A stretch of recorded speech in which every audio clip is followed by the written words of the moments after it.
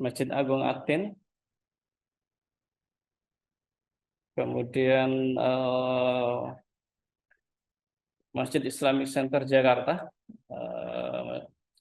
Masjid Agung Al-Akbar Surabaya, Masjid Pupuk Altim Cikampek, kemudian Masjid Al-Hikmah UNM Malang, kemudian dan seterusnya. Jadi dari 26 masjid yang terdokumentasi, sebagian adalah masjid-masjid yang besar di seluruh Indonesia. Ya. Ya, sesuai dengan penyampaian saya tadi bahwa kita mencoba untuk membahas karya beliau melalui karakter masjid yang beliau buat selama beliau berkarya di desain masjid. Nah, kita mencoba membahasnya dari mulai dengan mengklasifikasi tipe-tipe masjid beliau, dan kemudian yang kedua adalah mengidentifikasi dan mengeksplor kesamaan karakteristik ataukah konsistensi dan keragaman setiap karya beliau berdasarkan tahunnya, kemudian menjelaskan faktor-faktor yang berkaitan dengan perubahan karakteristik jika ada nanti perubahan selama periode tahun 1960 sampai 2010-an. Metode yang kami gunakan dalam pembahasannya adalah metode deskriptif dan eksploratif untuk mengungkap karakter masjid secara jelas. Kemudian yang diharapkan itu adalah dapat memberikan gambaran tentang karakteristik masjid karya Ahmad Oman dalam kurun waktu 1960 sampai 2010. Ya. Ya, sebelum kita ke sana, kita coba melihat beberapa teori tentang beliau dan hubungannya dengan beliau dari berbagai pakar arsitektur Islam maupun dari jurnal dan tesis dan seterusnya. Yang pertama, menurut Yulianto Sumalyo tahun 2006, bahwa dikatakan bahwa sebagai objek arsitektur, masjid merupakan bagian dari peradaban Islam. Oleh konteks arsitektur masjid dinyatakan sebagai monumen Muslim yang memiliki kesejarahan panjang sejak manusia Muslim dimulai pada abad 7 Masehi hingga kini. Kemudian ada jurnal atau tesis dari Sedari Utami 2014 mengatakan penerapan ideologi arsitektur modern namun tidak menghilangkan syariat Islam oleh Ahmad Oman berhasil membangun masjid yang bersifat kontemporer. Kesederhanaan yang sengaja diciptakan untuk mendukung kegiatan Islami sesuai dengan pemikiran beliau bahwa keheningan diwujudkan dengan sepi ornamen. Nah, itu bisa kita lihat jika kita mengunjungi seluruh masjid-masjid beliau, beliau menerapkan hal tersebut, di mana di dalamnya itu memang tidak terlalu banyak ornamen yang mungkin kalau pemikiran kita mengganggu ya pada saat orang beribadah, yang melihat banyaknya ornamen malah konsentrasi umat untuk beribadah mungkin hilang. Jadi padahal kita ke masjid itu membutuhkan sesuatu yang hening dan khusyuk untuk kita melaksanakan ibadah. Kemudian dengan sepi ornamen dan keheningan akan menghadirkan zat yang maha kuasa. Itu dalam tesis Saudari Utami 2014 mengenai Amat-Nu'man. Kemudian Desti Arman 2009 juga mengatakan bahwa menurut Amat-Nu'man, ruh bangunan Islami sesungguhnya tidak terletak pada segi materialnya, teknik atau teori saja, melainkan lebih terhadap apa dan sejauh mana suatu desain dan implementasinya itu mampu mencerminkan pengabdian, berserah diri, dan ketakwaan kepada Allah dan hukum alam. Itu untuk bangunan masjid. Kemudian fokus bahasan ini adalah memberi gambaran tadi seperti yang dijelaskan tadi mengenai karakter masjid beliau dalam kurun waktu 1960 sampai 2010. Adapun variabel karakter yang digunakan sebagai analisis terdiri dari 3 indikator, yaitu yang berdasarkan karya besar Amat-Nu'man, yaitu dan berdasarkan periode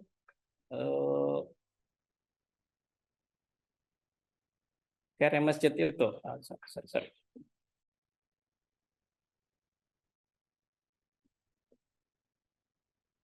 Di mana di sini bisa di ya,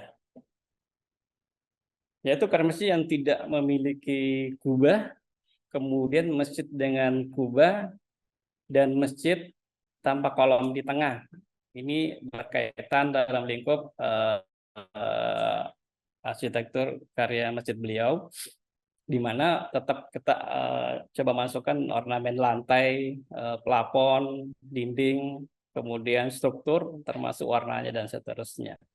Nah, sebelum kita masuk ke karakter per unit bangunan, kita coba dulu mereview hasil dari penelitian sebelumnya yang membahas juga mengenai karya arsitektur Masjid Amat-Nu'man. Yang pertama yaitu dari Saudari Utami dengan judul Integrasi Konsep Islami dan Konsep Arsitektur Modern pada Perancangan Arsitektur Masjid. Lokusnya di Masjid Rawamangun Jakarta, Salman ITB Bandung, kemudian Masjid Pupuk Kujang Cikampek, dan Masjid Taman Ismail Marzuki Jakarta, dan Masjid Al-Muhajirin Karanglayung Bandung, di mana beliau di hasil penelitiannya mengungkapkan bahwa karya-karya arsitektur Amat-Nu'man terutama pada periode awal 1950 sampai 1980 menghasilkan kanon-kanon desain yang memperlihatkan idealisme dan prinsip-prinsip dasar bagi karya arsitektur masjidnya. Kemudian memperlihatkan prinsip kesederhanaan, penggunaan bentuk-bentuk geometris dari penggunaan warna-warna monokromatik. Kesederhanaan ini terwujud dalam penggunaan ornamen yang seminimal mungkin, kejujuran material alami seperti batu, kayu, dan kejujuran struktur. Kemudian yang berikut oleh Saudari Utami juga bersama Ilman Tantowi dengan judul Penerapan Konsep Islam pada Perancangan Masjid Salman ITB Bandung, di mana kita mereview hasil dari penelitian beliau, di mana filosofi menjaga alam semesta yang diterapkan ke dalam perancangan Masjid Salman ITB dengan tetap menjaga alam sekitarnya, terciptalah suatu area ruang yang asri di lingkungan sekitar Masjid Salman ITB. Itu titik poinnya. Kemudian itu dilihat dari penggunaan material beton kerawangan, kemudian terdapat fasad bangunan yang dapat berfungsi untuk eksterior dan berfungsi sebagai bukaan dan ventilasi udara. Kemudian yang ketiga oleh Agus Eko Madio, di mana beliau hasil penelitian jurnalnya mengatakan bahwa desain mahakarya mahakarya Masjid Salman di ITB Bandung juga dipengaruhi oleh kaum modernis, semangat pembangunan bangsa dalam diri Muslim baru yang merdeka setelah Perang Dunia Kedua, terutama ilmu dan lingkungan teknologi perguruan tinggi di ITB sudah sesuai untuk mewakili modernisme dalam arsitektur. Kemudian yang berikut oleh Aulia Fikria Rini dengan judul bentuk manifestasi seni dan kebudayaan, di mana beliau memberi kesimpulan bahwa pengaruh kebudayaan terhadap hadirnya seni Islam arsitektur, khususnya masjid, harus digali dan mengekspresikan dimensi-dimensi spiritual, merefleksikan prinsip-prinsip tauhid, sehingga ia mampu mengingatkan dan menuntun manusia untuk kembali kepada Allah Subhanahu wa Ta'ala. Kemudian oleh Ahmad Aldani Listiarman dengan judul pengaruh modernis terhadap aplikasi ragam hias pada desain Masjid Salman ITB juga memberi kesimpulan bahwa menurut Ahmad Nu'man tadi sudah dijelaskan sebelumnya bahwa bangunan Islami sebenarnya tidak terletak pada segi material, teknik dan teori, melainkan lebih ke terhadap apa dan sejauh mana suatu desain dan implementasinya itu mampu mencerminkan pengabdian bersara diri dan ketakwaan kepada Allah dan hukum-hukum alam atau al-qaum. Kemudian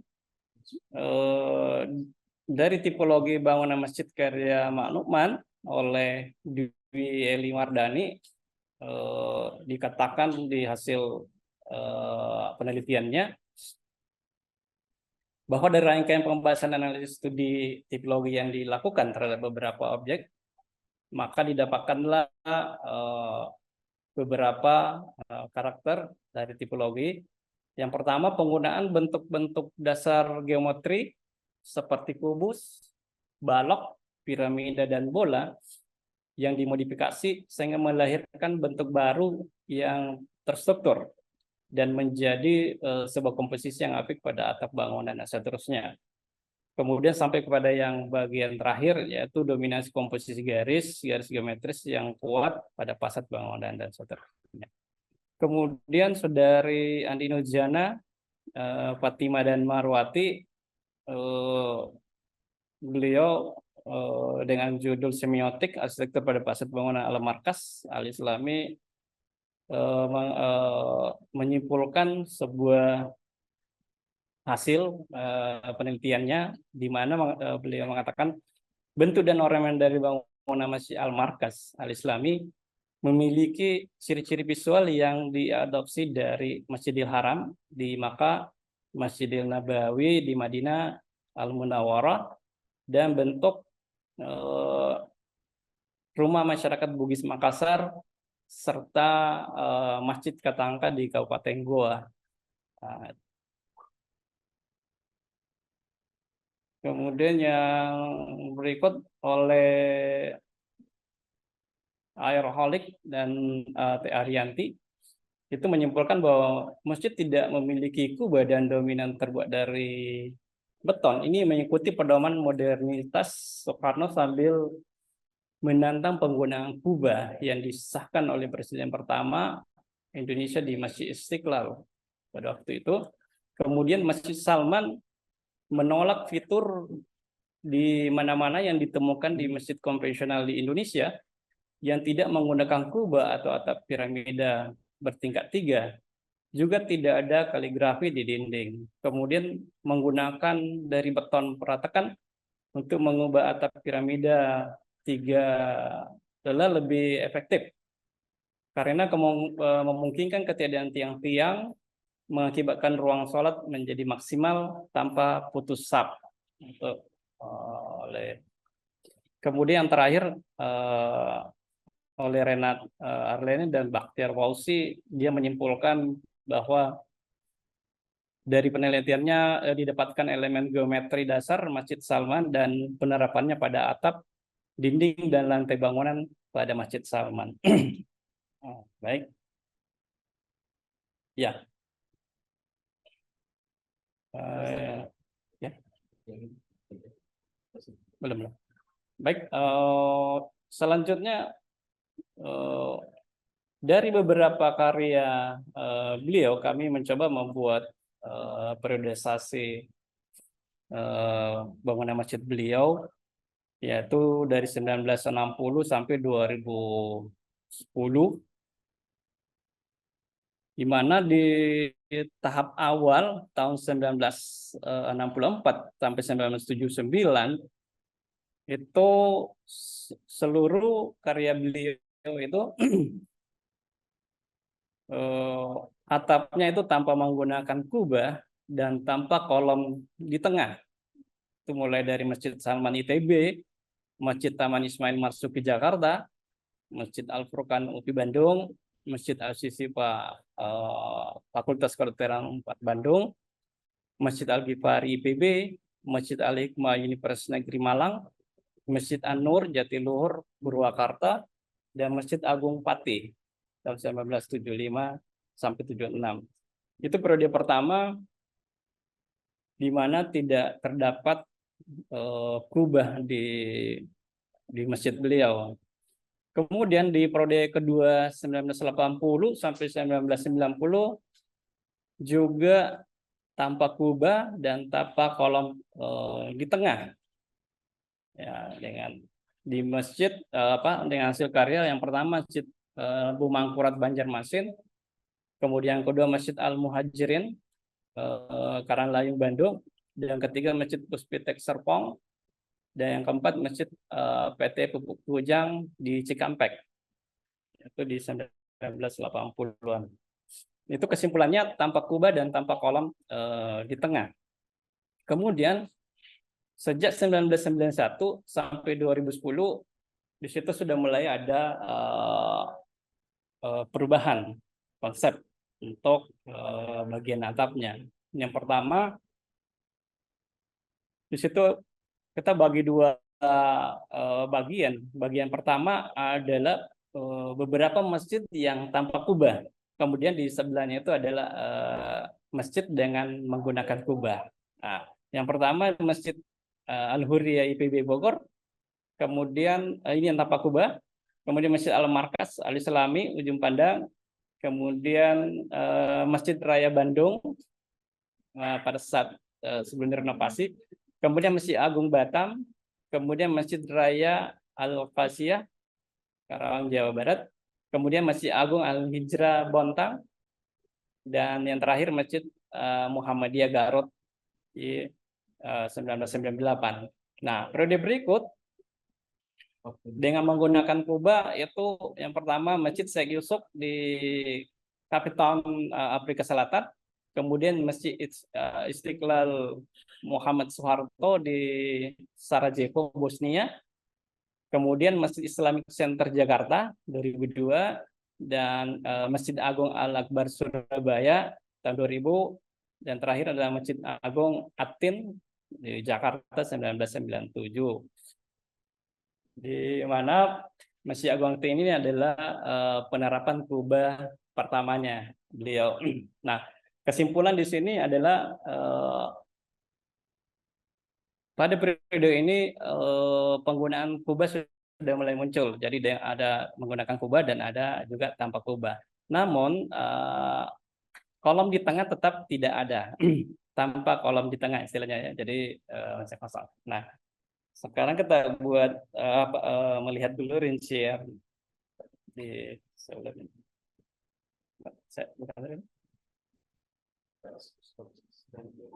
Subset.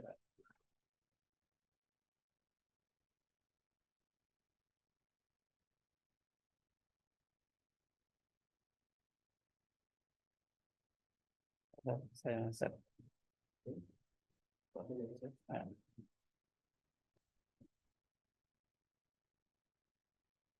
kelihatan? Ya, baik. Jadi ini kita coba berdasarkan tadi kita mengurai satu persatu mengenai hasil karya beliau berdasarkan periodisasi yang kita sudah buat, dimulai dari 1960 sampai terakhir nanti di 2010. Nah, ini karakter pertama di eh, periode 1960 sampai 1970. Yang pertama adalah Masjid Asisipa di Fakultas Kedokteran di Unpad, Bandung, di mana atapnya itu berbentuk plat, tidak ya berbentuk plat, tidak berkubah. Kemudian ruangan segi empat, kemudian strukturnya menggunakan struktur beton, dindingnya ya menggunakan dinding beton sebagian, kemudian lantainya plat rata, kemudian atapnya mengikuti ratanya atap seperti itu. Kemudian di Masjid ITB 1964 ya bentuk atapnya rata, berbentuk seperti tangan berdoa ya. Kemudian tidak berkubah, kemudian ruangannya berbentuk segi empat ya, segi empat, kemudian strukturnya dari beton, dindingnya menggunakan ornamen kerawangan ya, ornamen kerawangan, kemudian lantainya rata ya, kemudian plafonnya juga rata. Kemudian untuk Masjid UPI Bandung di Al-Furqon, Masjid Al-Furqon di UPI Bandung ya, di mana tidak menggunakan kubah, tapi bentuk atapnya berbentuk piramid ya, berbentuk piramid. Kemudian ruangan segi empat, kemudian strukturnya struktur beton, kemudian dinding banyak bukaan yang juga ya, menggunakan kerawangan juga, kemudian lantainya rata ya, kemudian tidak ada kolom di tengah, jadi ada ruang kosong untuk beribadah tanpa ada kolom. Kemudian plafon mengikuti bentukan atapnya. Kemudian Masjid Jatiluhur dan seterusnya. Jadi ini seluruhnya saya coba balikkan saja. Ya.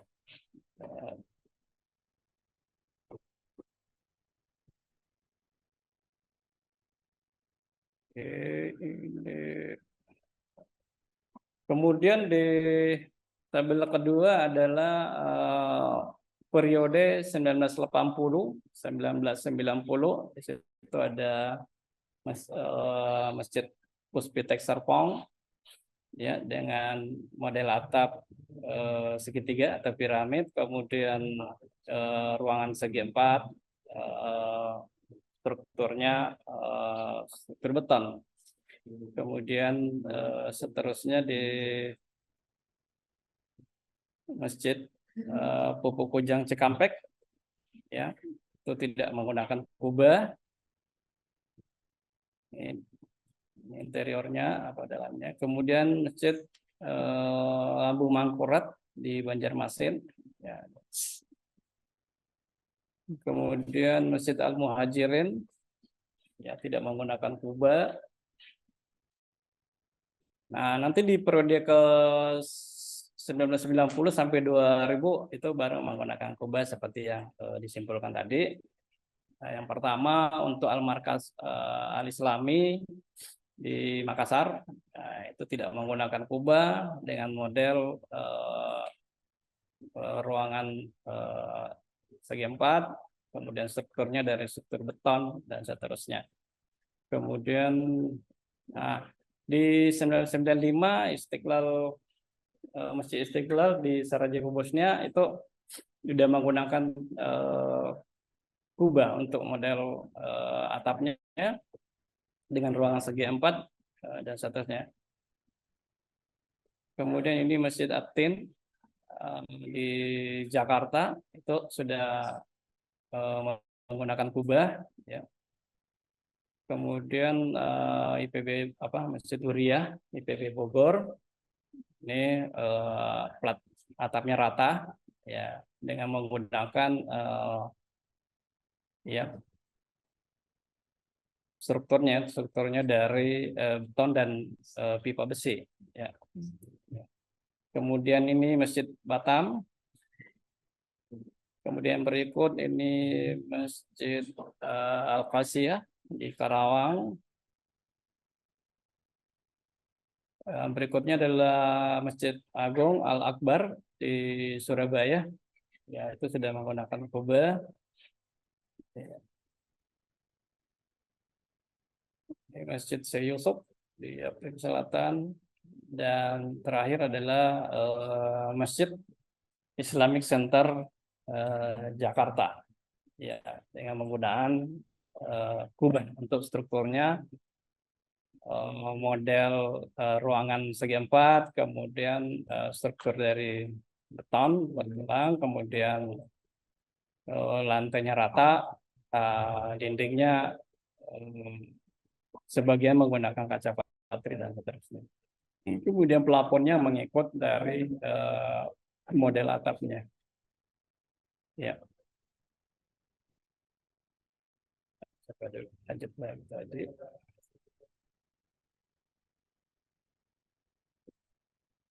Kelihatan? Ya, jadi kesimpulan dari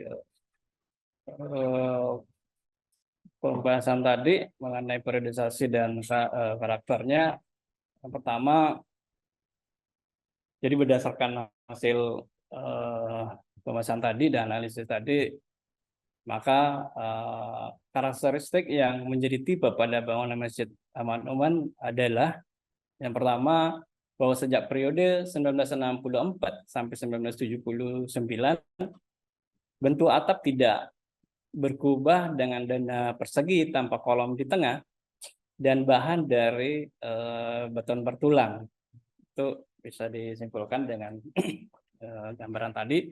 Kemudian di periode 1980 sampai 1990, bentuk atap tidak berkubah dengan dana persegi tanpa kolam di tengah dan bahan dari beton bertulang.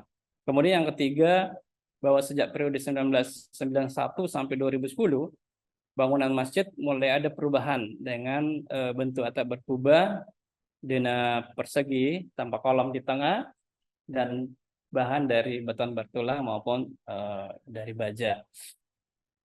Nah, melalui pemahaman Ahmad Numan dalam dasar-dasar pemikiran bangunan ibadah umat Muslim, ia memiliki pendapat bahwa kubah adalah bentuk struktur, bukan identitas sebuah masjid. Hal itu yang belum dipahami oleh masyarakat. Selain itu, konsep akan kesempurnaan barisan salat atau istilahnya sab, ya, yang selalu menjadi pertimbangan utamanya diartikan ke dalam desain masjid tanpa tiang di dalamnya. Kemudian Ahmad Numan menampik identitasnya sebagai arsitek masjid anti Kuba melalui karya-karya masjid yang lain seperti pada Islamic Center, Istiqlal Bosnia, dan Masjid At-Tin di Jakarta. Kemudian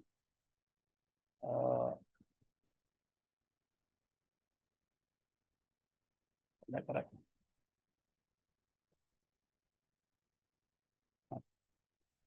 bergerak.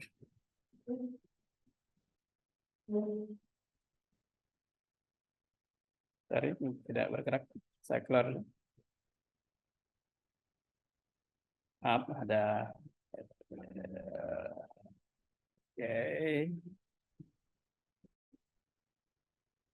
boleh?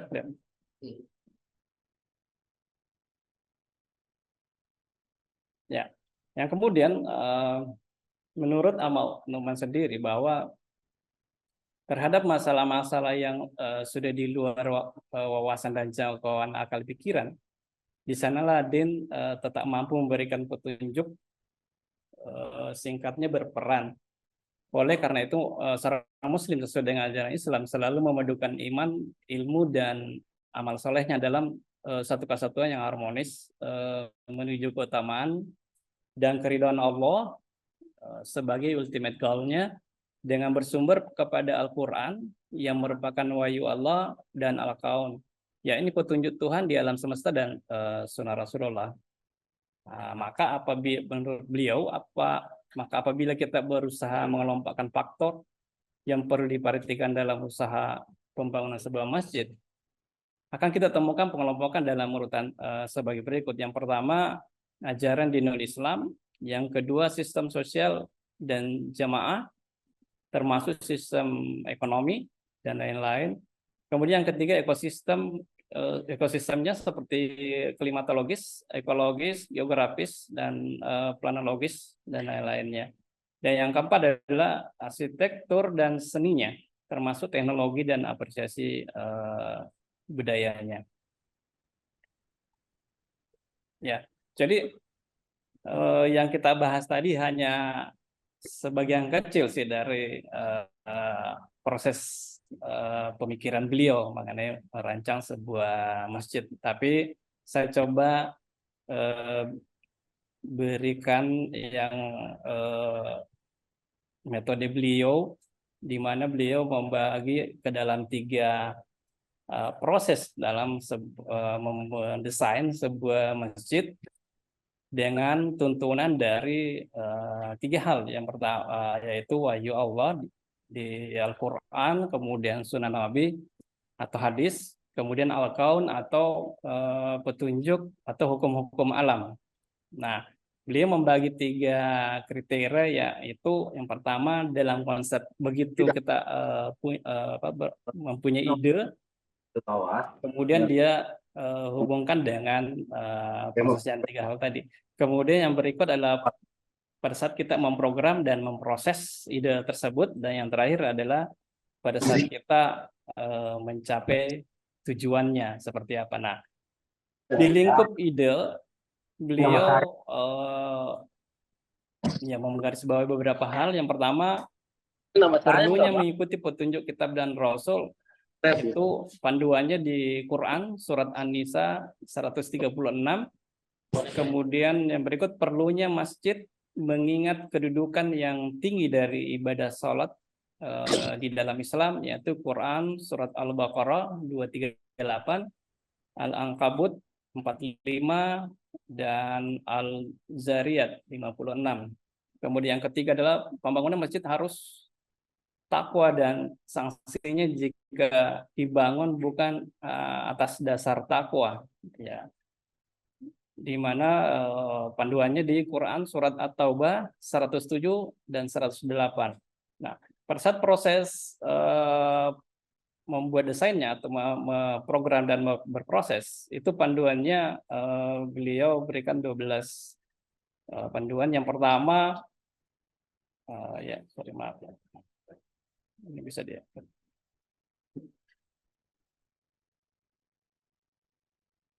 Ya, yang pertama sholat fardu harian atau reguler dan sholat Jumat di Quran surat An-Nisa 103 dan Al-Jumu'ah 9 ayat 9.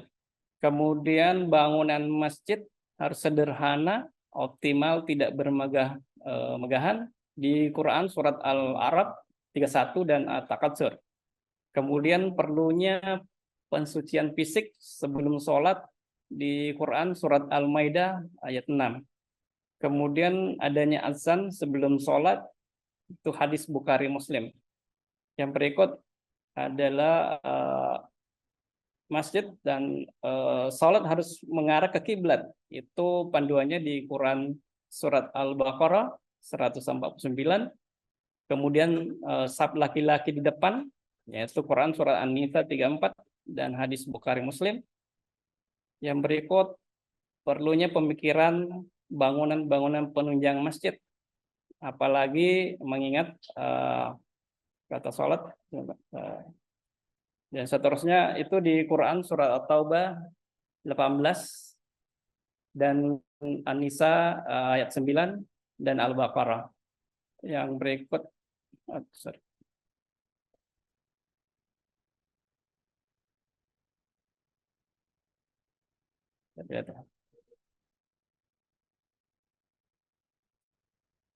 Yang berikut pertamanan masjid itu panduannya di Quran surat Ka'ab ayat 7 dan kesatuan bentuk fisik, fungsi dan lingkungan itu di Quran surat As-Sab ayat 4. Kemudian desain masjid itu panduannya di Quran surat Ka'ab nomor 7 ayat 7. Kemudian pembiayaan umumnya atas daya masyarakat setempat, kemudian sumbangan, sedekah dan infak itu panduannya di Quran surat Al-Baqarah 261 dan Al-Munafiqun ayat 10. Kemudian perlunya mengembang kritikus sebagai perancang di Quran surat Fusilat 53, Al-Hadid 25, kemudian Al-Baqarah 143. Kemudian di kriteria selanjutnya di tujuan itu beliau memberikan 3 panduan. Yang pertama, terciptanya masyarakat yang mendapat petunjuk atau huda di Quran surah At-Taubah ayat 18. Kemudian terciptanya masyarakat yang jujur dan mempunyai integritas, yaitu Quran surat Al-Ahqaf 13 sampai 140. Dan terciptanya pribadi-pribadi yang honan atau berbudi di Quran surat Al-Furqan 63. Ya, daftar pustaka.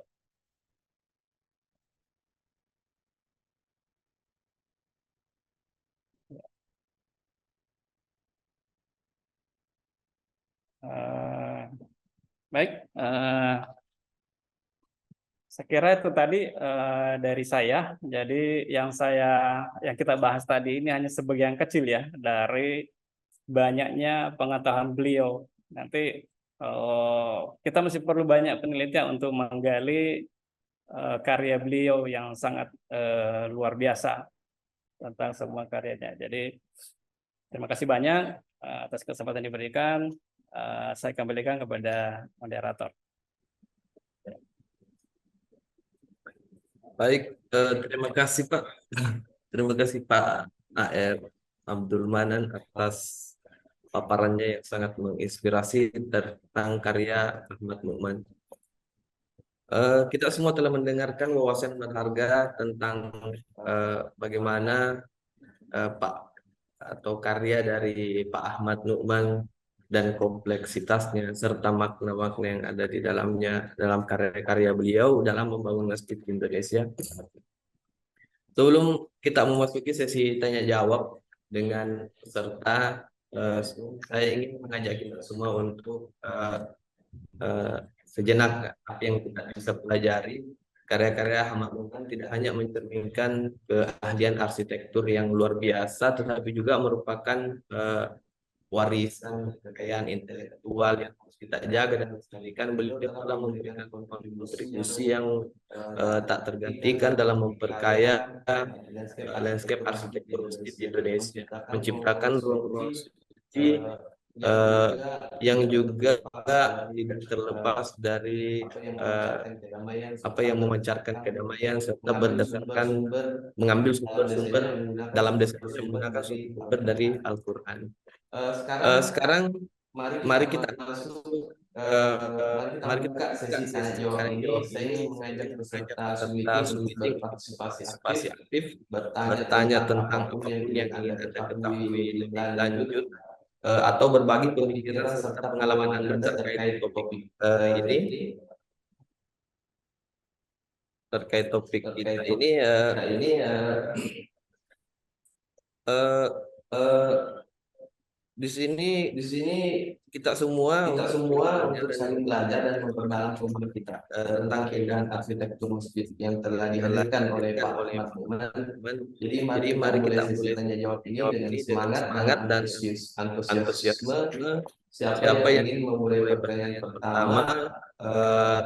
Saya periksa di kolom chat sudah ada pertanyaan, juga tadi dari Ibu Handayani sudah minta untuk bicara secara langsung. Mungkin yang pertama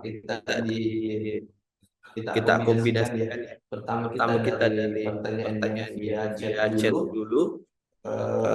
Karena ada satu pertanyaan via chat, mungkin yang lain bisa menyusul. Kemudian setelah itu kita ke Dayani untuk bicara secara langsung. Mungkin sebelumnya Pak sudah ada pertanyaan dari Pak Iskar. Izin bertanya dari penelitian yang Bapak lakukan, apakah ada upaya mengimplementasikan prinsip free column for main prayer space-nya? Pak Ahmad Numan mempunyai rumusan tersendiri atau pakem dan batasan untuk pertimbangan luas area atau ukuran ruang sholat untuk setiap masjid yang beliau rancang. Baik Pak. Kemudian yang kedua dari Bu Handayani, mungkin sebelumnya Pak ya, untuk pertanyaan chat dulu ya, yang saya serahkan ke narasumber kita untuk menjawab. Nanti selanjutnya ke Ibu Handayani yang ingin mungkin lebih dekat lagi, lebih detail lagi bicara secara langsung dengan moderator. Pertanyaan lain dari mungkin saya serahkan ke narasumber. Terima kasih banyak atas pernyataan. Jadi tadi saya sudah sampaikan bahwa untuk webinar kali ini itu kita membahas secara umum mengenai karya Masjid Ahmad Numan. Jadi saya sudah sampaikan tadi, kita belum memasuk ke dalam secara mendetailnya, tapi kami mencoba dulu mempriorisasi karakter masjid tersebut. Kemudian setelah itu nanti penelitian rumusan masalah berikut di penelitian kami itu kami coba masuk di detail-detailnya. Jadi ini baru pembuka untuk seminar ini. Adapun untuk detail dan seterusnya itu nanti di disertasi saya itu ditampilkan pada saat seminar hasil. Jadi untuk saya sampaikan tadi bahwa kita pada seminar ini mencoba dulu untuk melihat secara umum, secara global mengenai Ahmad Numan. Kita definisikan dari istilah arsitek seribu masjidnya, kemudian sebagai maestro arsitektur masjid Indonesia. Nah, tadi saya sudah sampaikan beberapa panduan mengenai ayat Al-Quran dan seterusnya. Itu juga nanti mendetail selanjutnya tentang disertasi saya. Nanti kami akan menghubungkan antara detail masjid dengan posisi ayat-ayat Al-Quran, Al-Qaun, dan hadis di dalamnya dengan hasil rancangan beliau. Jadi pada saat sekarang ini kita membahas secara global saja dulu. Adapun mengenai pre-column, rumusan dan seterusnya memang beliau punya, tapi saya belum tampilkan di webinar kali ini, Pak. Jadi seperti itu. Jadi untuk menentukan luas bangunan, kemudian jarak sapnya dan seterusnya, itu ada secara mendetail oleh beliau. Mungkin itu yang bisa saya sampaikan, Pak, sekarang. Ya. Oke, baik Pak. Monitor Bu Handayani mungkin bisa bergabung.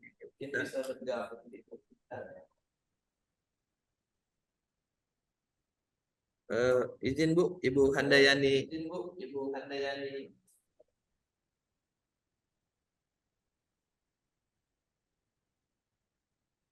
Oh baik, kita menunggu Ibu Handayani. Kita bisa melangkah ke pertanyaan selanjutnya, Pak. Saya bacakan pertanyaan dari Boni Pasio Bayu Dasaputro.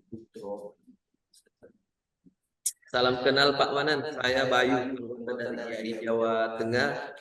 Bertanya, apakah ada konsep tentang sense of space yang diimplementasikan oleh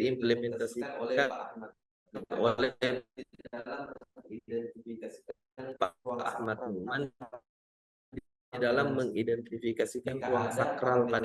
Kita mau satu saja ya Pak ya. satu saja ya Pak ya. Kita masih cukup. Tapi 30 juga 3 boleh. Oh iya. Baiklah, itu tadi pertama. Pertanyaan kedua dari Dwi dari IAI Jakarta adalah ciri khas khusus dari desa-desa beliau, dan apakah konsep dalam perencanaan beliau ada yang mengangkat isu dari keberagaman agama.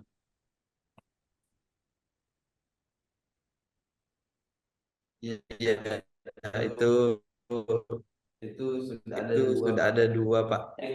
Mungkin bisa langsung dijawab dulu sambil menunggu kalian. Karena ini sudah ya.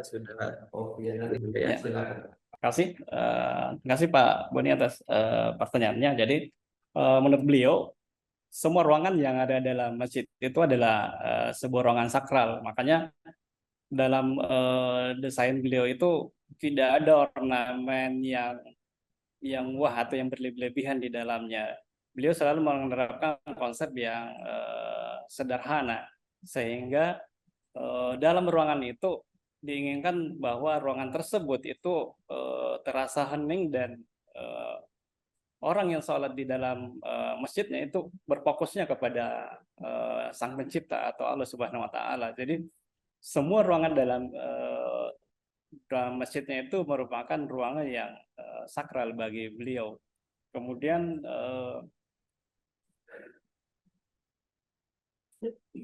ya, semua itu beliau tergantung berpedoman kepada ayat-ayat Al-Quran dengan hadis dan al-qaum. Jadi ketiga konsep tadi ini beliau padukan berdasarkan ayat-ayat dan hadis dan sunnah, dan al-qaum itu adalah hukum alam seperti penggunaan struktur dan material dan seterusnya. Semuanya adalah merupakan desain yang menurut beliau adalah kesederhanaan, tapi hasilnya adalah hasil yang kalau menurut kami tidak sederhana, tapi luar biasa sebenarnya. Tapi beliau intinya itu kesederhanaan adalah keheningan yang bisa membuat umat itu bisa beribadah dengan khusyuk di dalamnya. Jadi desain beliau itu semua dalam ruangan masjid itu merupakan ruangan sakral, mulai dari pintu masuk dan seterusnya. Kecuali di ruangan yang bersifat yang berhubungan dengan kemasyarakatan tadi ya. Jadi ada lantai-lantai tertentu itu ada kegiatan lain juga, misalnya ekonomi dan seterusnya, atau ada juga area untuk non ibadah, tapi itu di lantai bawahnya biasanya. Nah, untuk di khusus area masjidnya itu semuanya beliau anggap sakral, seperti itu Pak. Ya, oke Pak Boni. Kemudian untuk desain untuk Pak Ibu Dwi ya dari Jakarta. Jadi beliau itu moderat sekali dalam diri pribadi beliau. Jadi kemudian tidak terpengaruh dengan konsep-konsep yang lama mengenai desain masjid. Pada saat beliau mencoba membuat Masjid Salman ITB, pada saat itu desain masjid itu tidak rata-rata penggunaannya kubah. Jadi kalau bukan kubah ya bukan masjid. Pada saat mulai beliau mendesain Salman ITB, makanya pada saat selesai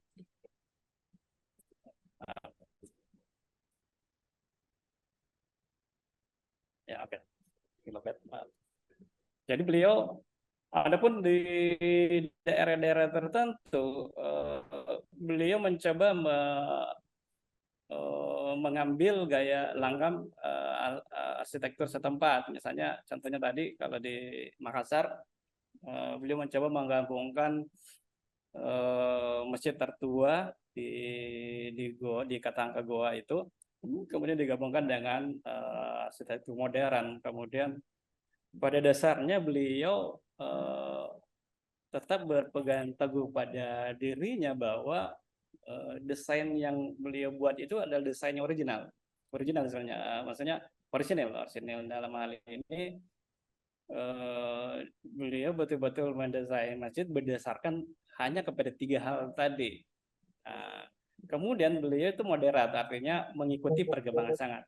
Misalnya dari sebelumnya tadi tidak menggunakan kubah, kemudian menggunakan kubah, itu sebenarnya alasannya beliau adalah supaya menghindari kolom di tengah tadi, supaya jemaah itu sapnya tidak terputus. Nah, setelah ditemukan struktur baja, kemudian bisa dibuat kubah tanpa kolom di tengah, maka beliau mencoba membuat desain dari struktur baja dengan membuat kubah tetap tanpa kolom di tengah.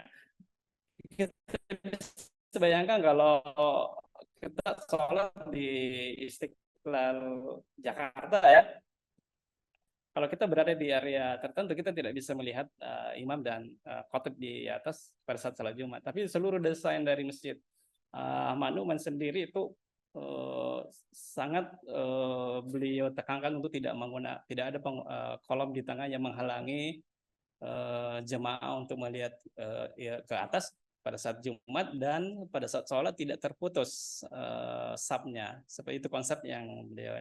Kemudian untuk sebenarnya isu keberagaman agama kami belum dapat menemukan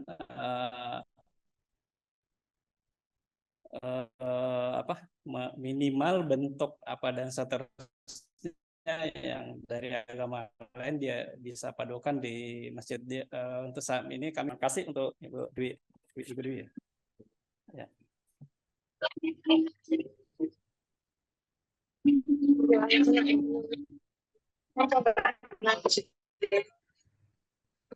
Baiklah, sambil menunggu pertanyaan dari peserta lain, Pak. Ini ada dari Pak Tendi. Bismillah, terima kasih Pak Abdul Manan. Saya Tendi Ramadin, murid beliau semasa kuliah di ITB. Jadi alhamdulillah yang kita bahas hari ini ada orang yang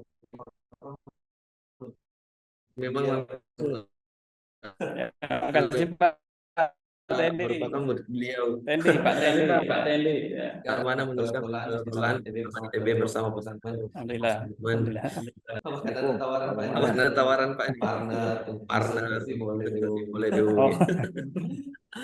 Saya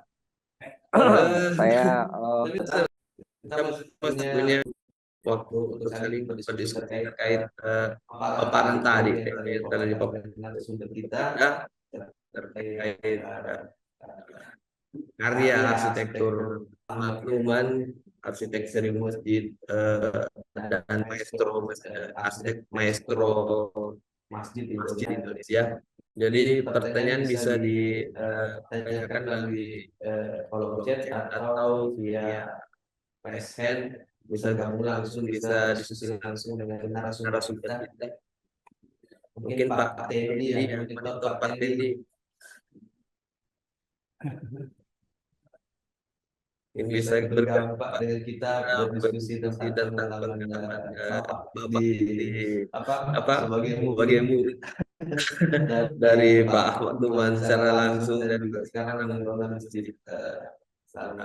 Pak Tendi bisa gabung Pak dengan kita, mungkin bisa share. Baik, terima kasih. Assalamualaikum warahmatullahi wabarakatuh. Saya sebetulnya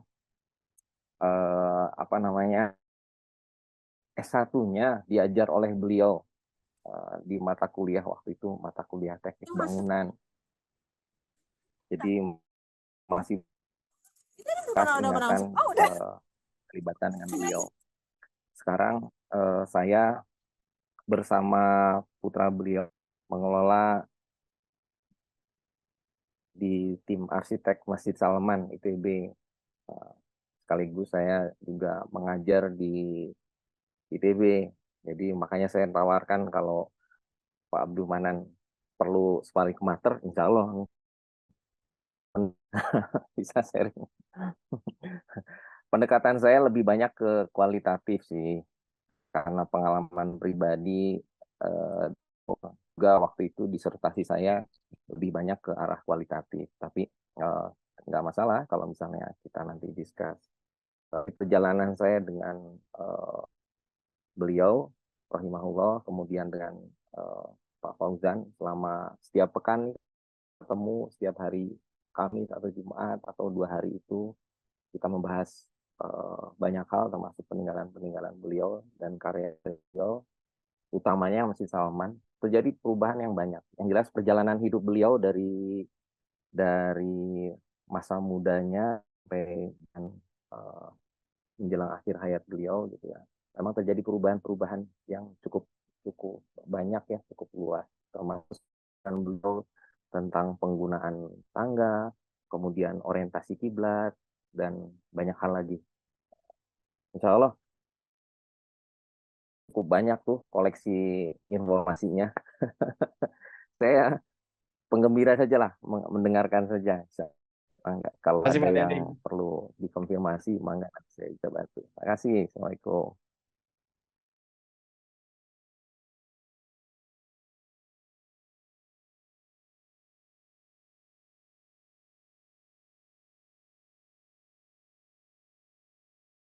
Baik Pak, terima kasih Pak Tadi sudah mau share.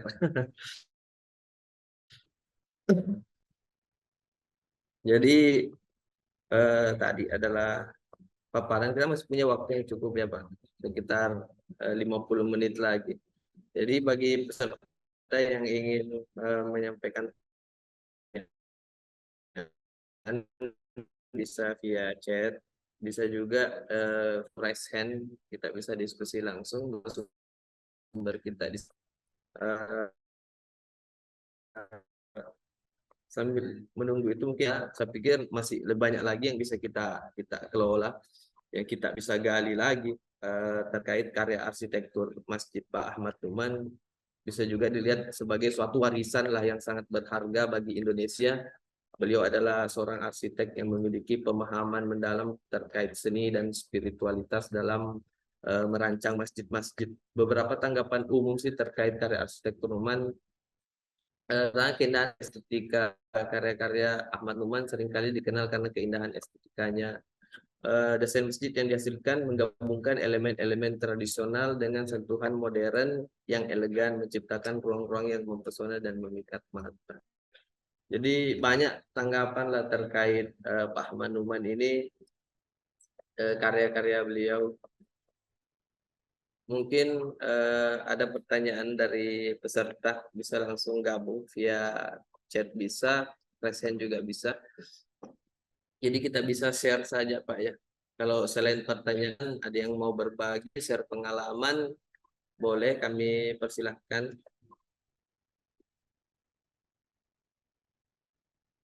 Ada Pak Hanif, monitor Pak Hanif. Izin bicara Pak Abdul, Pak Muhammad Syahrul. Baik. Saya baru ke masjid Pak beliau, ke Masjid Atin dan Masjid IPB.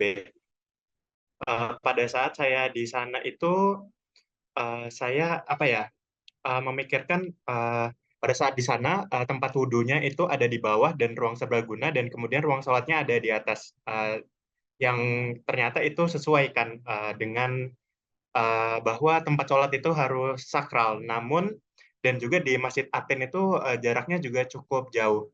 Namun saya kepikiran bahwa yang sholat ini kan juga bukan orang-orang yang dengan fisik yang baik, juga mungkin kalau anak muda atau masih 40 tahunan itu masih jalan jauh atau naik tangga masih bisa. Namun ada juga teman-teman dari disabilitas dan juga orang tua itu kira-kira beliau itu ada solusinya nggak ya? Atau ada jalur khusus yang tersembunyi yang kita tidak ketahui untuk jalur-jalur tersebut?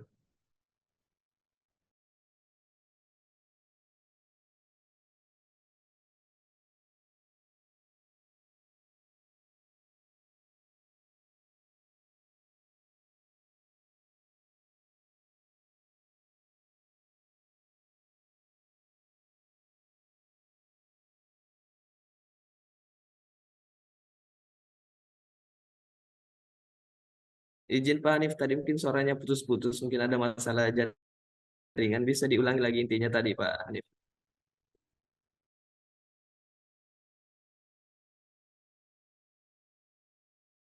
Oke, jadi waktu saya ke Masjid IPB dan juga Atin, itu jarak tempat sholat dan juga jarak tempat wudhunya itu juga jauh dan juga aksesnya tangga.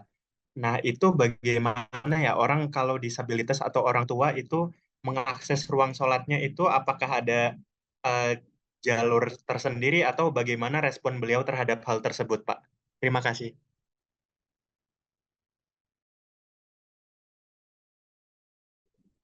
Mungkin langsung Pak ya ditanggapi sama narasumber. Silakan Pak. Ya, terima kasih Pak Anip. Jadi menurut Pak, rata-rata masjid beliau memang itu tidak bisa disatukan dengan bangunannya. Beberapa contoh masjid kayak di Al-Markas, kemudian di Batam dan seterusnya. Itu karena beliau membedakan antara daerah yang suci dan daerah yang berair dan seterusnya itu berbeda posisi. Kecuali bangunannya sudah di dua tiga lantai masa di ruang sholatnya di lantai tiga di atas di lantai dua lantai tiga itu memang beliau selalu mendesain masjid itu eh, diusahakan tidak eh, tidak dalam posisi bangunannya langsung wudhu langsung ke ini. Jadi memang agak jauh proses pemisahan antara tempat wudhu karena tempat wudhunya kan selalu juga ada toiletnya di dalamnya. Jadi satu toilet dan tempat wudhu. Kemudian ruang sholat dibuat tersendiri. Nah, artinya seminimal mungkin dijauhkan dari area wudhu dan toilet tersebut dengan posisi tempat beribadah. Rata-rata desain beliau seperti itu, tidak langsung pada posisinya, kecuali daerah-daerah yang darurat ya, kayak di bandara dan seterusnya, di situ tempat wudhu, di situ juga sholat dan toiletnya dan seterusnya. Tapi kalau desain masjid beliau dimanapun itu beliau selalu memisahkan apakah dia terpisah bangunan inti dengan bangunan tempat wudhu ataukah di dalam satu bangunan tapi berpisah lantainya seperti itu. Itu memang konsep desainnya beliau karena sesuai dengan pemahaman beliau bahwa daerah tempat wudhu daerah kotor dengan daerah suci itu mesti harus betul-betul terpisah. Nah, ke kekurangannya tadi ya agak jauh sih prosesnya. Kayak di Masjid Al-Markas Makassar itu kita tempat wudhunya di luar gedung walaupun dihubungkan dengan selasar. Kemudian kita naik lagi masuk ke inti bangunan kemudian di ruang sholatnya dan seterusnya. Tapi memang maksudnya beliau seperti itu. Yang jelas konsepnya beliau tetap terhubung antara tempat wudhu dengan ruang sholatnya seperti itu Pak Hanif. Ya. Terima kasih Pak. Terima kasih Pak Hanif atas pertanyaannya. Kemudian Pak, saya bacakan lagi ada pertanyaan dari via chat ya. Mantap Pak, pemaparannya keren. Ada sedikit informasi tambahan bahwa Masjid UPI yang karya Pak Ahmad Numan itu Masjid UPI yang lama, sementara yang ada di presentasi Bapak itu semoga mungkin bacakan juga ya Pak sekalian 2 pertanyaan. Ya. Salam kenal Pak, ini dari Pak Abi dari Jogja. Saat ini banyak masjid yang semakin mengikuti kembang material. Dari Pak Manan, apakah ada batasan dalam mengeksplor arsitektur masjid agar tetap sesuai esensinya sebagai tempat ibadah tanpa perlu mengedepankan tampilan, atau itu mungkin memang tidak apa-apa ya? Oke, Pak. Baik. Saya langsung saja Pak ke Pak narasumber. Ya, baik. Jadi di Al-Quran sendiri itu tidak menetapkan fasade untuk masjid ya. Jadi di Al-Quran itu tidak menetapkan bahwa masjid ini harus begini, harus begini, harus begini. Makanya Al-Quran itu memang benar-benar mengikuti perkembangan zaman. Nah, begitu juga pada saat kita mendesain masjidnya. Walaupun kita mendesain masjid secara modern, kemudian berdasarkan material modern yang ada, bentuknya pun bisa kita buat sedemikian rupa. Yang penting tadi tidak bertentangan dengan kira-kira 3 hal yang tadi ya. Misalnya bertentangan dengan Al-Quran, ayat-ayat di Al-Quran, kemudian hadis, kemudian Al-Qaun, atau hukum-hukum dan petunjuk atau tanda-tanda alam dan seterusnya. Jadi memang di Al-Quran tidak ditentukan model fasadanya seperti apa. Itu mungkin Allah sudah menggariskan bahwa manusia ini akan berkembang nanti ini dari Muslim abad ke-7 sampai sekarang, bahkan sampai ke depannya. Makanya Al-Quran itu betul-betul merupakan kitab yang mengikuti perkembangan zaman ya. Makanya saya bilang tadi, apapun bentuk dan modelnya, selama hal-hal yang mengikuti syariahnya cocok sesuai dengan Al-Quran dan hadis dan seterusnya, saya rasa tidak masalah kalau kita mendesain masjid itu lebih modern lagi. Nah, itu bisa kita lihat sekarang ya, di dunia manapun, itu selalu akan berkembang. Mungkin tahun-tahun berikutnya akan lebih modern lagi bangunan masjid di zaman-zaman yang akan datang, mungkin 100 tahun, 200 tahun yang akan datang, seperti itu Pak. Jadi saya setuju dengan itu. Jadi masjid itu mengikuti perkembangan zaman sesuai dengan ayat-ayat Al-Quran juga mengikuti perkembangan zamannya. Nah, itu Pak. Untuk Pak Abi di Jogja. Untuk Pak tadi. Ya, jadi sebagian dari yang saya tampilkan di sini adalah desain Ahmad Nu'man yang sekarang sebenarnya itu di beberapa daerah sudah mengalami perubahan. Bahkan misalnya di Batam itu sudah direnovasi, kemudian di Jakarta juga kemarin ada yang terbakar, misalnya Jakarta Islamic Center ya. Mungkin itu karena mau direnovasi juga dan seterusnya.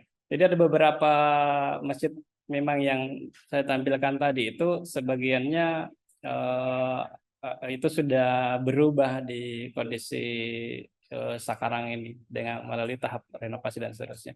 Ada juga yang sebagian dari anak beliau Pak Pausan Nu'man, kemudian tetap juga sebagian idenya atau sketsanya itu dari Ahmad Nu'man sendiri.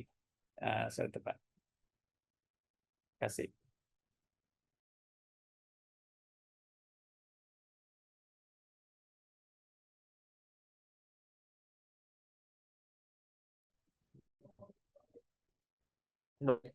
Terima kasih Pak. Mungkin ingin merespon kembali dari sumber, kami persilahkan.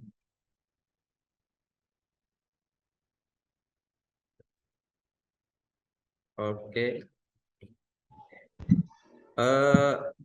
Kalau itu sambil nunggu ya Pak. Gimana Pak? Boleh. Pak, silakan Pak. Pak Andri, silakan. Selamat bergabung Pak. Ya, terima kasih. Mohon maaf ini saya baru ini lagi tidak jadi menggunakan HP. Assalamualaikum Pak Manan. Ya, saya menangkap bahwa yang Pak Manan sedang kaji ini adalah mungkin terkait pemikiran berarsitekturnya Pak Ahmad Numan ya.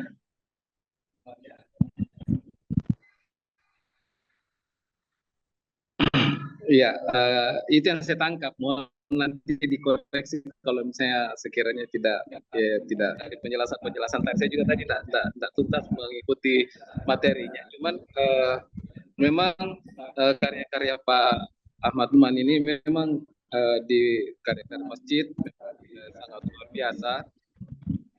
Cuma mungkin ada juga mungkin baiknya mungkin ada karena kan sekarang ini era sudah berubah ya, di mana orang mau ke masjid itu tidak ya boleh dikata apa ya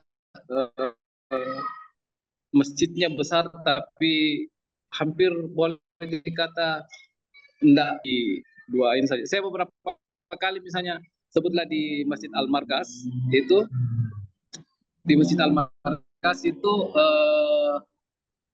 beberapa kali sholat di sana, termasuk pernah juga pada saat hari Tarwih misalnya, itu biasanya malah tidak full.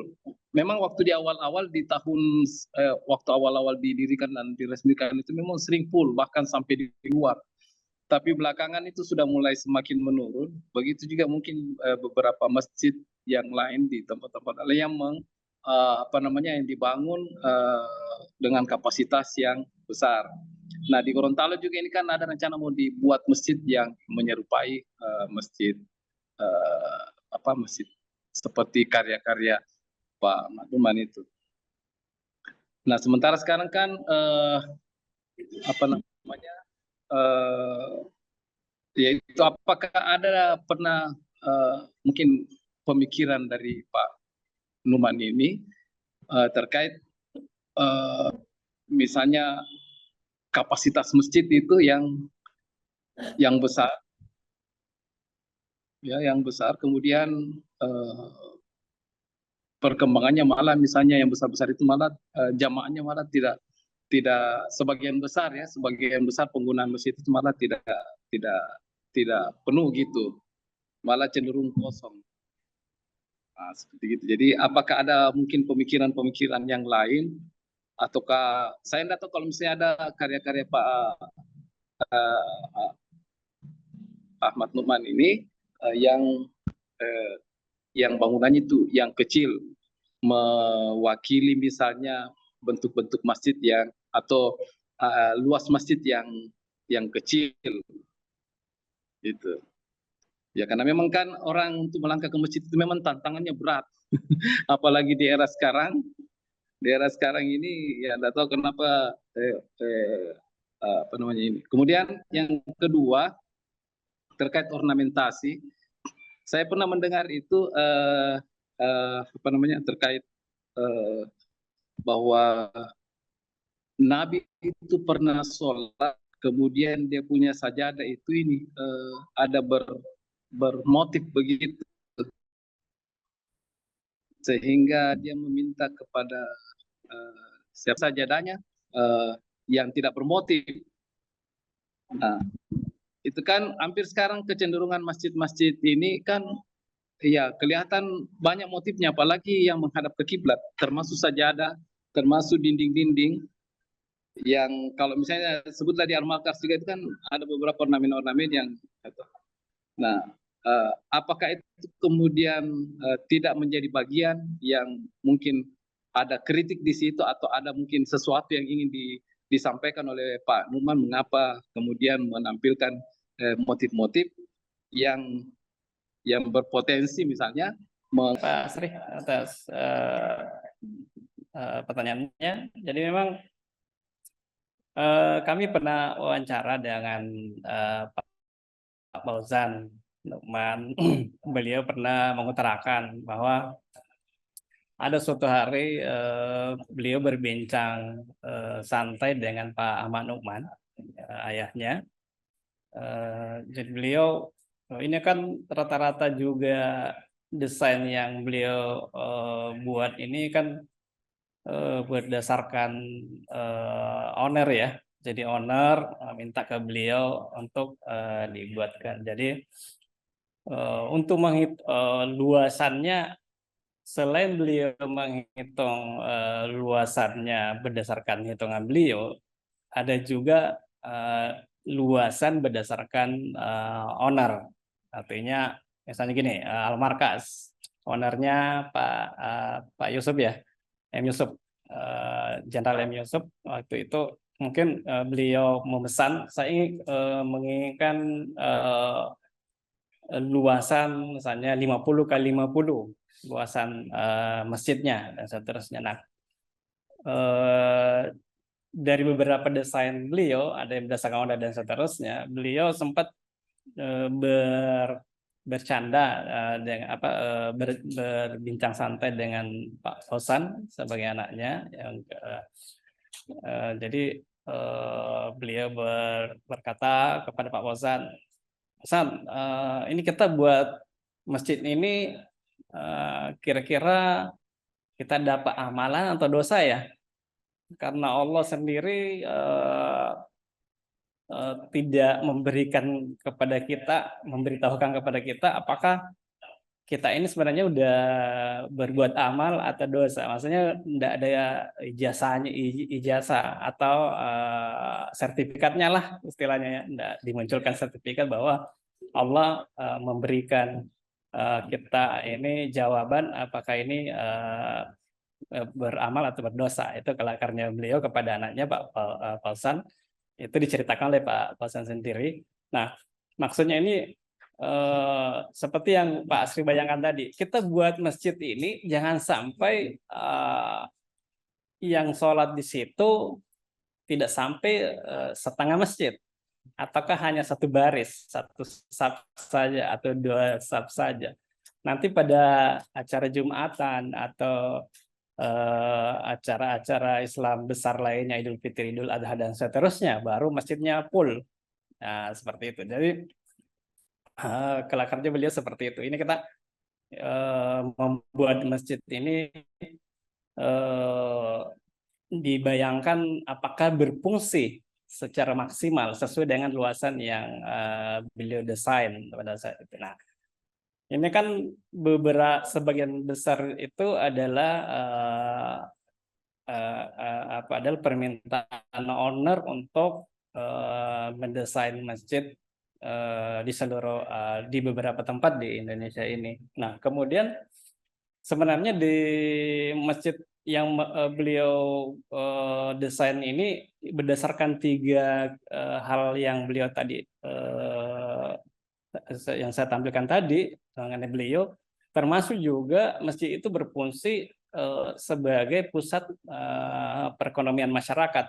Makanya ada beberapa masjid itu kayak di tempatnya Bapak di Islamic Center ya di Makassar, di lantai bawah itu dipergunakan untuk berbagai kegiatan yang bisa dimanfaatkan oleh masyarakat umum.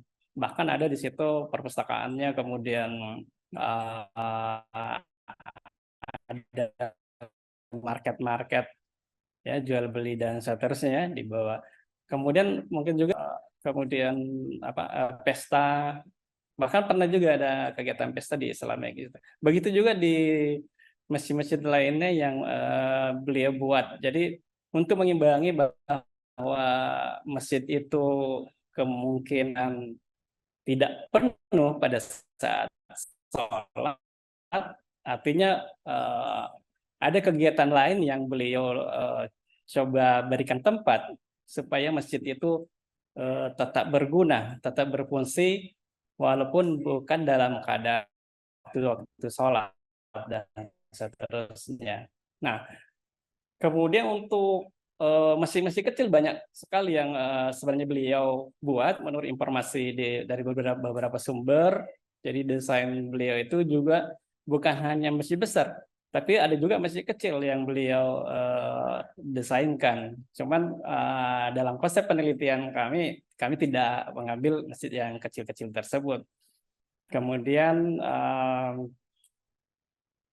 apa ya, di luar dari 99 tadi itu masih banyak masih kecil maksudnya yang kami utarakan tadi. Kemudian itu tadi. Jadi pemahaman beliau tentang masjid itu harusnya sepi dengan ornamen. Jadi tidak seperti masjid-masjid kita sekarang ini ya. Jadi di dalam itu pokoknya warna-warna lah apa segala macam ya.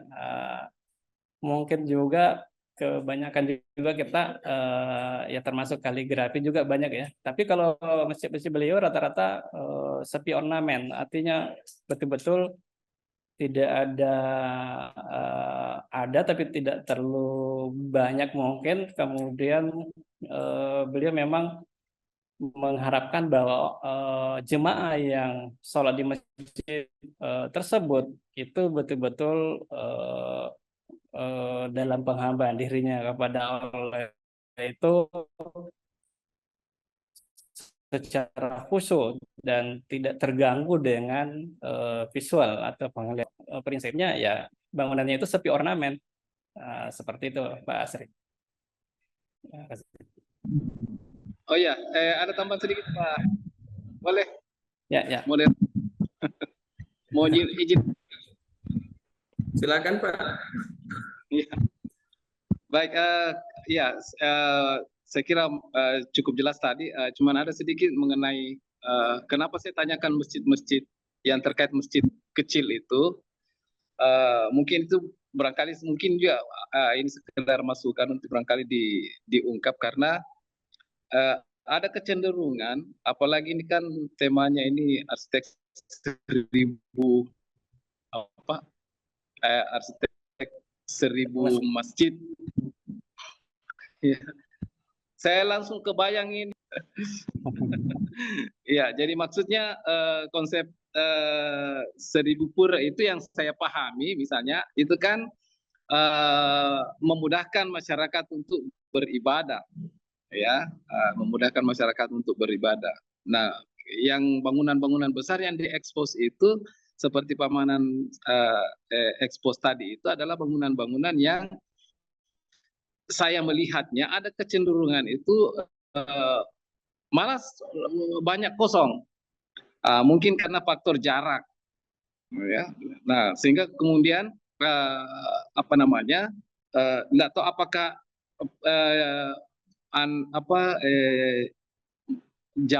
jamaah sekarang yang mungkin dominan milenial misalnya itu sudah berpikir ya, apalagi misalnya kenapa kemudian masjid itu kalau kecil-kecil dia mungkin bisa lebih banyak, artinya lebih dekat-dekat dengan akses masyarakat supaya bisa lebih gampang tercapai. Kemudian tidak boros ruang misalnya kan, tidak boros ruang. Nah, itu kan sementara kan ya terutama laki-laki itu kan ya boleh dikata menjadi wajib untuk berjamaah di masjid. Itu yang saya pahami, wajib untuk berjamaah di masjid. Cuma kan tantangannya adalah ketika masjidnya itu jaraknya jauh. Nah, mungkin saya langsung juga ingat ini model retail, sebutlah mohon maaf Indomaret, Alfamart. Dulu itu mall itu retail begitu kan, dulu saya ingat dulu ada gudang Rabat. Kalau di Makassar itu ada gudang Rabat. Jadi kita satu tempat itu memang sudah ada semua situ, dia dalam bentuk gudang. Tapi lama-kelamaan mati karena apa? Karena pengunjungnya tidak ini. Nanti kemudian dipecah, misalnya sebutlah di mana-mana ada Indomaret atau Alfamaret, bahkan selalu bersaing di situ. Itu kan lebih karena mungkin konsepnya sudah terang misalnya, ya, kemudian tidak buat mengantuk, kan? Barangkali itu yang mungkin siapa tahu ada desain-desain, karena ini kan juga menyangkut perilaku. Ya, soal sholat juga itu juga soal perilaku. Sehingga makanya perlu didakwakan kan, bukan hanya sekedar masjidnya bagus, siapa tahu beliau punya pikiran-pikiran yang kemudian bisa kita lebih jamaah toh umat Islam yang katanya dominan di Indonesia ini adalah masjid-masjidnya kosong gitu. Kurang lebih begitu Pak Manan. Ya, terima kasih Pak Sri. Baik, baik. Terima kasih banyak Pak Sri atas pertanyaannya. Ya. Oh iya, ada nih Pak pertanyaan via chat. Masukan kalian untuk para arsitek perencana agar mempertimbangkan kategori risiko gempa dan faktor keutamaan gempa. Jadi desain strukturnya lebih kuat dari bangunan-bangunan biasa karena pada saat terjadi bencana masjid menjadi tempat evakuasi korban. Yang kedua Pak, dari Ibu Dwi lagi, izin bertanya ke bencana untuk air bekas wudhu diolah kembali. Apakah ada aturan atau batasan untuk air bekas wudhu setelah diolah dan digunakan kembali untuk wudhu? Ya, Dua saja dulu Pak, nanti yang lain lagi. Ya, makasih. Kalau tadi masukan ya mengenai struktur. Kalau kita lihat sejauh ini rata-rata desain struktur untuk masjid-masjid karya Manuman sampai sekarang kami melihat tidak ada permasalahan. Beberapa masjid yang sebagian besar yang kami kunjungi tak ada retak pun di dinding dan seterusnya. Artinya menandakan bahwa struktur bangunan beliau itu sudah diperhitungkan secara baik. Mungkin ini masukan untuk desain masjid teman-teman arsitek setelah sekarang ini ya untuk mereka. Terima kasih atas masukannya. Kemudian berikut yang saya dengar untuk pemakaian air wudhu itu bukan untuk dimanfaatkan air wudhu kembali, tapi itu dimanfaatkan untuk untuk taman dan seterusnya. Jadi air bekas wudhu itu di treatment kemudian dipakai untuk menyiram landscape atau tanaman di sekitar masjid. Itu yang kami tahu di masjid-masjid di sebagian besar masjid Awanuman. Tapi tidak tahu kalau masjid yang lain ya. Kami belum meneliti tentang itu. Tapi untuk Masjid Awanuman memang kami pernah mendengar bahwa air wudhu itu diolah kembali untuk menyiram tanaman atau mempersubur tanaman di sekitar masjid. Seperti itu. Kalau dipakai untuk wudhu, kasih Bu Dewi. Ya, baik Pak. Oh iya, selamat bergabung Pak Fauzan. Terima kasih Pak atas atensinya.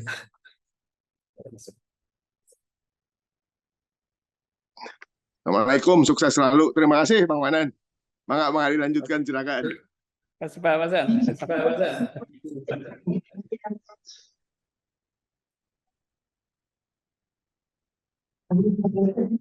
Oh ya baik Pak. Ini ada sedikit ya pertanyaan, mungkin lebih menajamkan kembali Pak. Apa yang membuat karya arsitektur masjid Pak Ahmad Numan begitu istimewa dan unik dalam konteks arsitektur Indonesia? Yang pertama Pak. Kemudian yang kedua, bagaimana karya Pak Ahmad Numan dapat menjadi sumber inspirasi bagi arsitek muda untuk mengembangkan desain masjid yang berkesan Pak? Mungkin itu dari kami Pak. Mungkin bisa Pak dipertajam lagi. Terima kasih Pak. Ya, terima kasih. Jadi rata-rata beliau itu sederhana menurut beliau, tapi menurut kita yang memandangnya itu sangat luar sederhana. Jadi pemikiran sederhana beliau menjadi hal yang luar biasa bagi kita yang melihat desain tersebut. Nah, itu terbukti di lapangan apa Rendernya sampai sekarang itu karya beliau sampai sekarang itu tidak pernah ketinggalan zaman kalau saya mengistilahkan. Kalau kita melihatnya apa namanya, kita tidak bosan-bosan melihat karya beliau.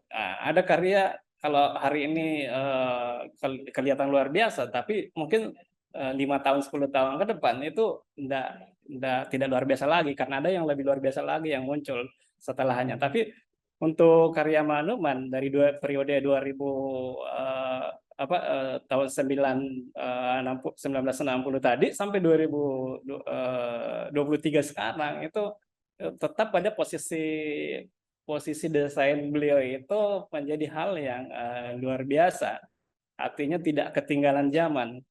Nah, itu tadi sesuai dengan konsepnya beliau juga bahwa desain yang beliau buat berdasarkan Al-Quran, Al-Sunnah dan Al-Quran itu mengikuti perkembangan zaman. Sesuai dengan kitab-kitab Al-Quran juga itu mengikuti perkembangan zaman. Walaupun muncul desain-desain masjid setelahnya di tahun sekarang dan tahun yang akan datang, tapi beliau itu tetap desainnya tetap fasadanya itu tetap bagus dan seterusnya. Strukturnya tetap utuh sampai sekarang tidak ada perubahan. Kecuali di beberapa tempat ada yang sudah direnovasi oleh pemerintah setempat ya. Apalagi kalau masjid-masjid besar milik pemerintah yang pernah didesain oleh beliau. Seperti itu barangkali Pak. Ya. Terima kasih Pak. Itu penajaman apa yang membuat desain dari Pak Ahmad Numan begitu istimewa. Mungkin makin tua makin mahal begitu kali Pak ya. Baiklah dari peserta Zoom kita kali ini, saya persilahkan kalau ada yang mau bertanya via chat atau via raise hand, kami persilahkan. Mungkin ada juga masukan dari Pak Fauzan Pak untuk kami.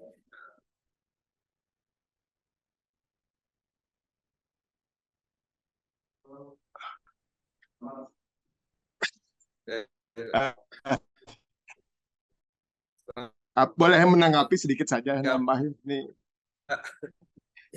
nggak, saya hanya ingin menambahkan memang kalau tadi ditanyakan ini sebagai anak saja barangkali ya, apa namanya yang saya ingat betul terutama karya Masjid Pak Numan itu cita-citanya malah kalau Bapak nggak usah dikenal beliaunya, intinya itu. Jadi ini yang susah ya, jadi arsitek ini kan inginnya membuat karya supaya jadi terkenal. Kalau beliau jangan mikir seperti itu gitu. Jadi kita membuat sesuatu karya yang baik, tapi kita jangan berpikir bahwa kita bakal membuat sesuatu yang baik, kita bakal membuat pembicaraan orang yang menyatakan bahwa bangunan itu baik. Itu yang dihindari oleh seorang Ahmad Numan. Jadi itu barangkali salah satu yang harus kita terima ya sebagai umat Muslim, bahwa kita berkarya harus baik sekali, harus memberikan karya dan desain dan segala macam yang terbaik. Namun kitanya sendiri sama sekali jangan sampai punya niatan bahwa ini masjid gue masjid baik nih, masjid gue masjid yang paling indah, masjid yang terbaik. Itu yang barangkali hal yang saya dapatkan dari beliau. Karena saya ingat betul ini tambahan saja Bang Manan barangkali sedikit, pada waktu di Masjid Al-Markas pembukaan waktu itu tahun 97 98-an ya. Itu masjidnya penuh sekali alhamdulillah. Bapak tuh cuma bilang begini kalau saya, "Zan, ingat kalau kamu mendesain masjid, jangan sampai kamu punya pikiran bahwa kamu nanti akan dapat secara kertas dari sebuah lembaga yang menyatakan masjid paling baik, atau masjid kamu dapatkan sebetulnya harusnya bagaimana masjid itu makmur. Kalau itu makmur masjidnya, insya Allah yang kamu dapatkan lebih dari secari kertas tersebut. Itu barangkali tambahan saja, mudah-mudahan bisa jadi inspirasi kita semuanya ya, bahwa membuat sesuatu itu memang membuat sesuatu itu memang inginnya kita terkenal, apalagi kita arsitek ya. Saya sempat bertanya juga kepada Bapak, Pak, kan arsitek itu bakal terkenal kalau dapat award, itu kan masih kalau mendapatkan award, mendapatkan apa, bisa terkenal, bisa dapat segala macam, tapi Bapak bilang jangan berpikir seperti itu. Insya Allah Allah yang akan membalas. Barangkali itu tambahan saja. Terima kasih Mas. Assalamualaikum warahmatullahi wabarakatuh. Waalaikumsalam. Waalaikumsalam. Terima kasih. Makasih banyak Pak. Makasih banyak Pak Fauzan. Ini lagi Pak dari Pak Edi. Tipologi arsitektur masjid tradisional dengan pendekatan yang mengintegrasi prinsip-prinsip hukum Islam, syariat, pemahaman spiritual, ma'rifat, dan pemahaman hakikat dalam desain dan fungsi masjid pada limasan arsitektur yang ditemukan pada bentuk masjid tradisional. Pada karya-karya arsitektur Masjid Ahmad Nu'man, rupanya sudah meninggalkan falsafah arsitektur tradisional. Apakah benar demikian? Lumayan Pak, bagus. Pertanyaan yang bagus Pak. Oke, mungkin bisa langsung Pak narasumber. Terima kasih atas pertanyaannya. Jadi betul tadi kalau kami meneliti bahwa beliau itu sebenarnya sangat sederhana dalam mendesain masjid ini. Karena tujuan beliau itu betul-betul seperti yang diungkapkan tadi, bahwa tujuan beliau itu bukan untuk terkenal. Jadi dengan konsep kesederhanaan beliau, malah kita yang memandangnya beliau jadi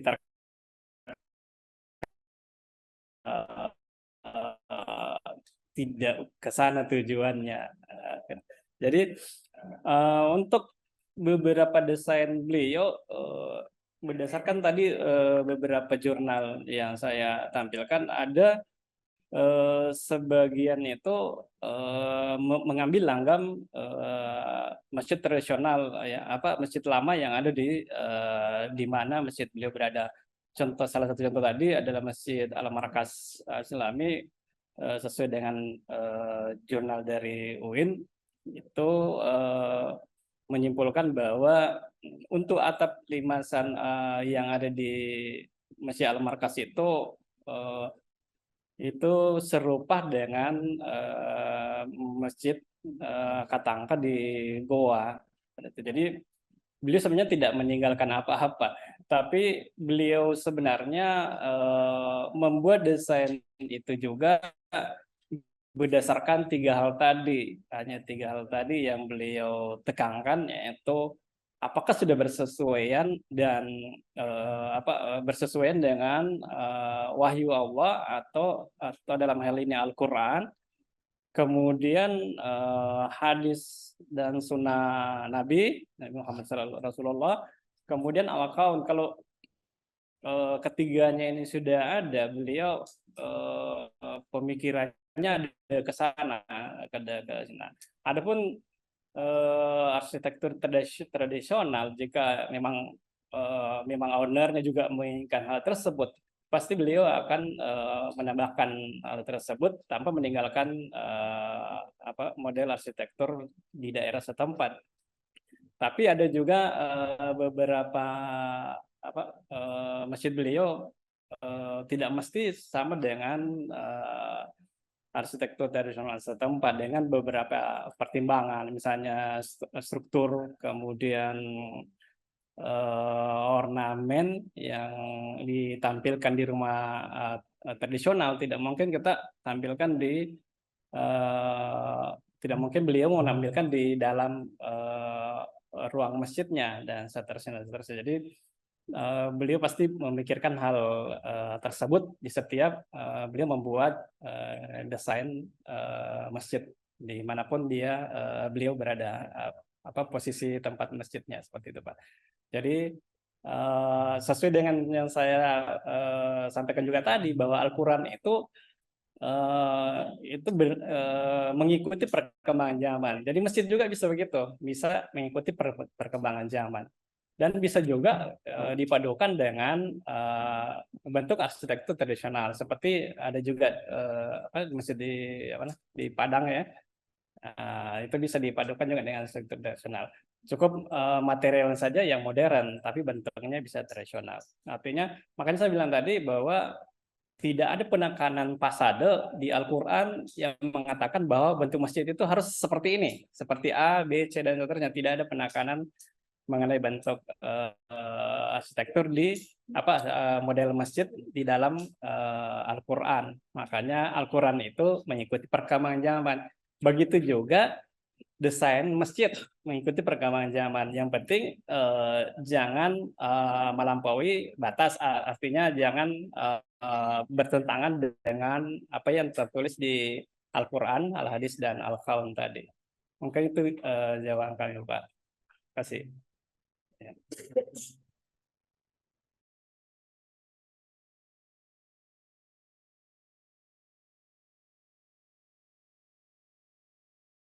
Baik, Pak. Ini luar biasa ya tadi pesan dari Pak Fauzan, sangat menginspirasi, Pak. Pak Edi, mungkin tadi itu tanggapan dari Pak narasumber. Gimana, Pak? Apakah mau ada perlu ada feedback dari Pak Edi atau sebenarnya dari kami? Mungkin ini lebih mempertegas saja, Pak. Di antara semua karya Pak Ahmad Numan, yang mana yang dianggap karya puncak karirnya, dan apa yang membuat karya tersebut menjadi sangat istimewa begitu, Pak? Ya, terima kasih. Ini yang kami bahas juga dengan Pak anaknya beliau, Pak Fauzan Numan, bahwa biasanya orang arsitek terkenal itu nanti di terakhirnya baru menghasilkan karya yang puncak-puncaknya. Tapi ternyata beliau hasil karya beliau itu dimulai puncaknya pada saat pertama mendesain masjid, yaitu pada saat mendesain Masjid Salman ITB. Jadi puncaknya beliau di situ, beda dengan orang-orang terkenal lainnya, arsitek terkenal lainnya itu puncak karirnya di ujung-ujung. Tapi kalau beliau ternyata puncaknya pada saat mendesain Masjid Salman. Kenapa bisa terjadi? Karena pada saat itu masyarakat kita masih terpola bahwa masjid itu bentuknya kubah, ya bukan masjid kalau tidak punya kubah pada saat itu. Nah, beliau Pak Ahmad Numan pada saat itu mendesain masjid dengan pola yang di luar dari kebiasaan masyarakat pada saat itu ya, kalau kita umpamakan. Jadi beliau membuat masjid yang bukan kubah. Jadi suatu hal yang bagi beliau sangat menantang ya, istilahnya kalau kita lihat sekarang. Nah, udah sekarang itu menentang dari kebiasaan selama ini. Nah, sesuai dengan digambarkan oleh Pak Fauzan bahwa kalau kita berpikir seperti berada di dalam Quran surat Al-Baqarah 170, bahwa kita tidak bisa merubah diri kita sendiri jika bukan kita tidak akan berubah ya kalau bukan pada diri kita sendiri. Nah, pikiran beliau masuk di situ tuh. Jadi pada saat orang rame-ramenya bahwa masjid itu adalah kubah, beliau membuat desain masjid tanpa kubah, dengan tidak ada penumpu tiang di tengahnya, dan karena pada saat itu poinnya kalau kita membuat kubah berarti kita harus membuat tiang penumpu yang berada di tengah-tengah ruangan sholat. Berarti otomatis itu sangat mengganggu atau memotong saf ya. Jadi safnya jemaah itu tak akan terpotong oleh tiang dan seterusnya. Yang kedua tadi mengganggu visual jemaah pada saat ada apa salat Jumat atau acara apa atau Idul Fitri dan seterusnya, apabila imamnya berceramah di atas dan seterusnya, terus sebagian jemaah tidak bisa melihat mimbar di atas gara-gara ada tiang. Nah, itulah tadi yang membuat kira-kira desain beliau itu puncaknya ada pada saat memulai desain masjid, bukan pada saat terakhirnya. Gitu kira-kira gambarannya mengenai beliau. Terima kasih. Iya. Baik Pak, ada ini masukan dari Pak Fauzan, boleh Pak? Silahkan Pak. Boleh Pak. Kedengaran? Ini kedengaran? Kedengaran Mas? Suara saya kedengaran? Kedengaran Pak. Tambahan saja, ya ini kemarin pembicaraan ini terjadi dengan Bang Manan ya, masalah karya terbaik. Namun kalau saya ingat kembali, Pak Numan itu sebenarnya nggak pernah bilang bahwa itu karya terbaik. Jadi menurut beliau semua karya itu harus terbaik. Apapun hasilnya, semua karya itu harus terbaik. Beliau insya Allah, saya percaya betul ya, beliau selalu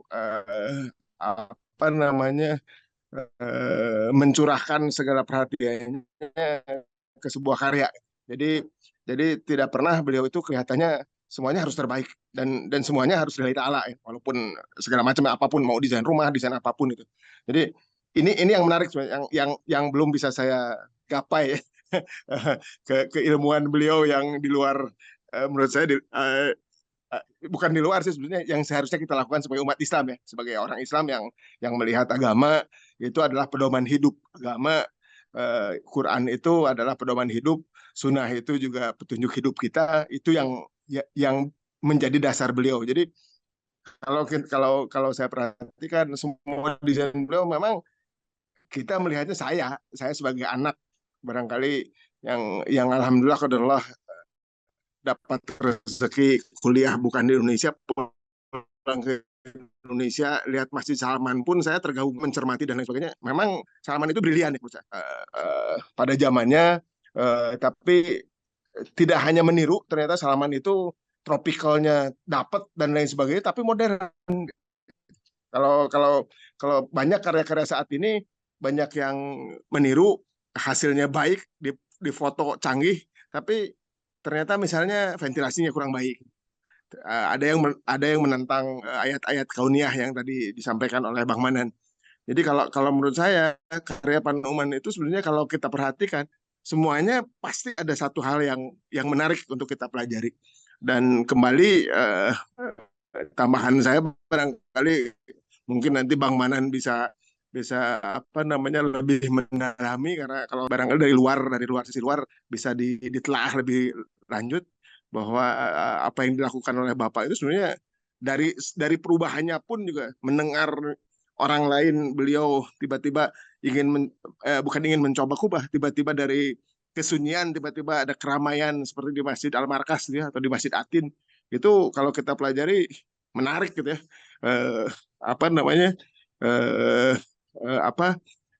Istiqomah dalam artian istiqomah mencari kebenaran, bukan istiqomah mencari pembenaran. Itu kan beda ya. Istiqomah mencari pembenaran dan istiqomah mencari kebenaran. Saya melihatnya Bapak orang yang beristiqomah mencari kebenaran. Jadi kalau beliau salah, beliau akui. Kalau kita berdebat, saya sama Bapak itu, kalau masalah anak Bapak, beliau orang tua saya. Tapi masalah keilmuan kita berantem, tanda kutip. Karena ilmu ya, bukan saya respect beliau sebagai ayah saya, tapi kalau keilmuan kita sama-sama berdiskusi. Itu barangkali tambahan. Jadi Salman menurut saya, memang menurut kami itu karya yang fenomenal ya. Tapi kalau saya berapa kali saya coba tanya ke beliau, apakah benar Salman yang terbaik? Menurut dia enggak juga. Niat saya bukan untuk itu kok. Saya sih dapat ilmu, saya coba gitu. Surat Al-Baqarah bilang kita harus coba ilmu yang baru, itu ya kita coba aja. Gitu. Itu barangkali. Terima kasih. Maaf Bang Manan, saya banyak omong. Saya appreciate sekali Bang Manan sudah menulis, dan ada beberapa koreksi yang sudah saya WA ke Bang Manan, mudah-mudahan bisa membantu. Terima kasih. Assalamualaikum warahmatullahi wabarakatuh. Waalaikumsalam. Waalaikumsalam. Terima kasih banyak Pak. Terima kasih Pak. Ini kita mungkin sudah memasuki sesi akhir ya, sesi akhir dari pertemuan kita kali ini. Sebelum kita masuk akhiri lah diskusi kita kali ini, mungkin ada closing statement lah dari Pak Manan sebagai narasumber kita kali ini. Pada beliau kami persilahkan closing statementnya Pak.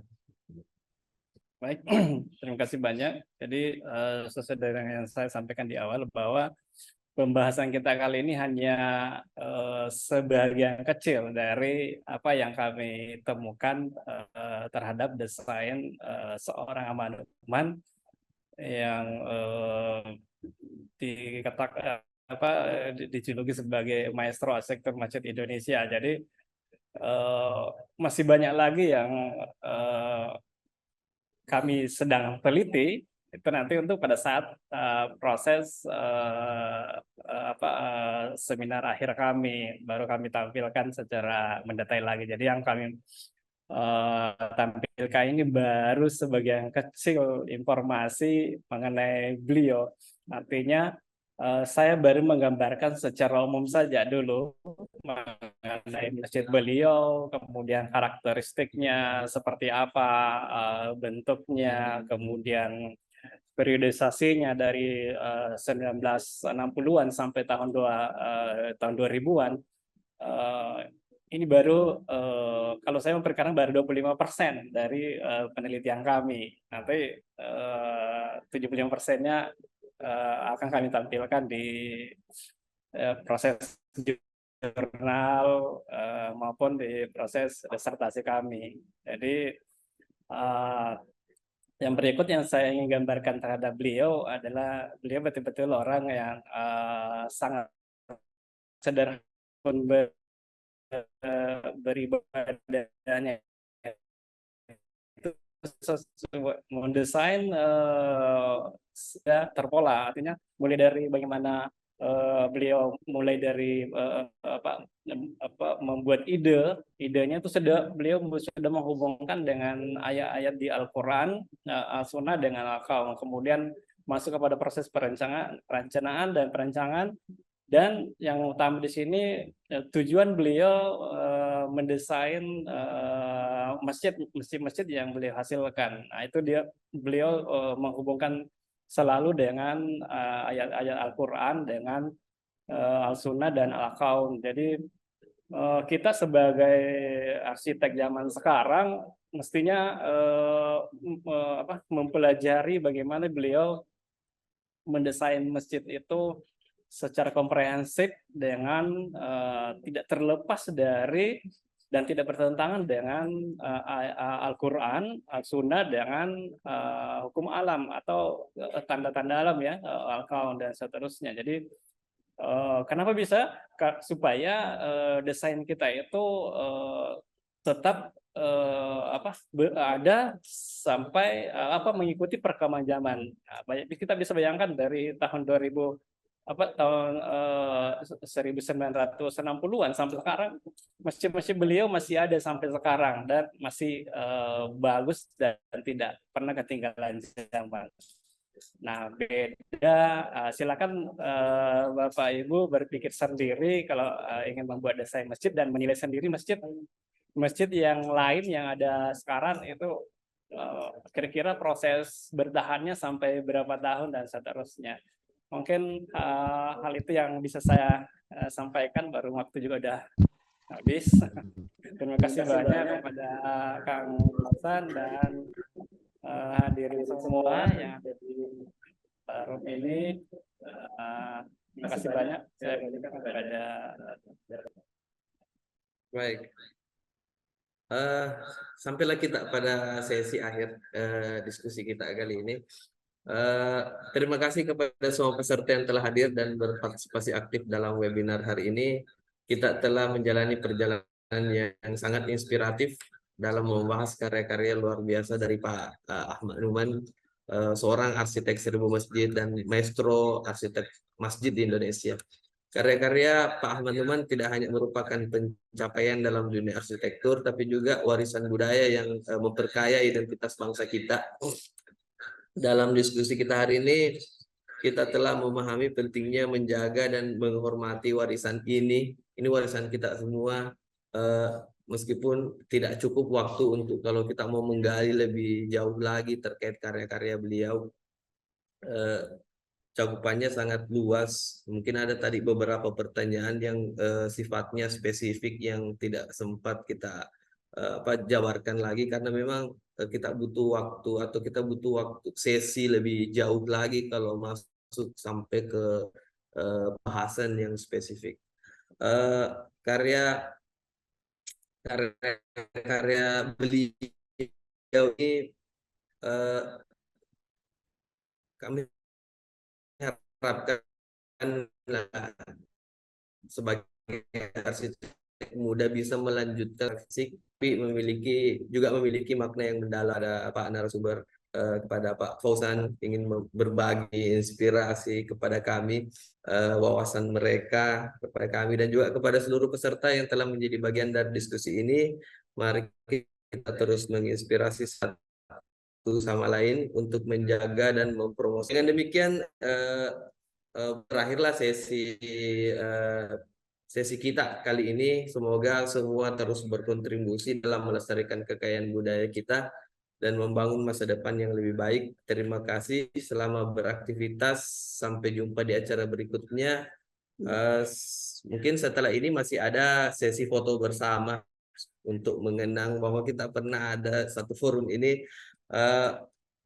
Jadi kami harapkan peserta bisa menghidupkan on cam dari panitia bisa melakukan capture peserta. Baiklah, dari saya itu saja. Terima kasih. Saya serahkan kepada MC. Wassalamualaikum warahmatullahi wabarakatuh.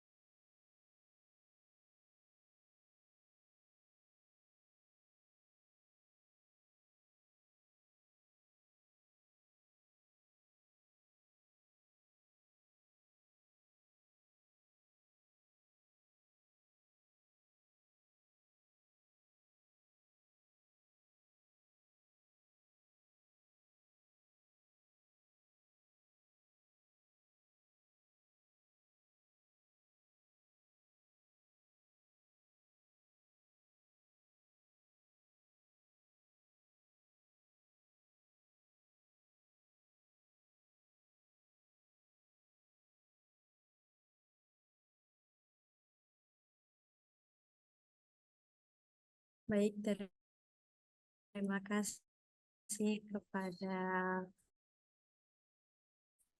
Bapak Moderator, narasumber, kepada Bapak Abdul Manan. Terima kasih sudah memaparkan materi serta berdiskusi dan tanya jawabnya dalam acara webinar seri 7. Tema arsitek 1000 masjid dan maestro arsitektur Masjid Indonesia.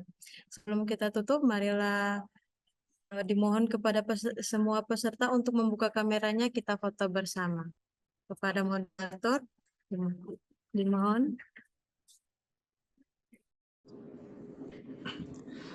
Diharapkan untuk para seluruh peserta menghidupkan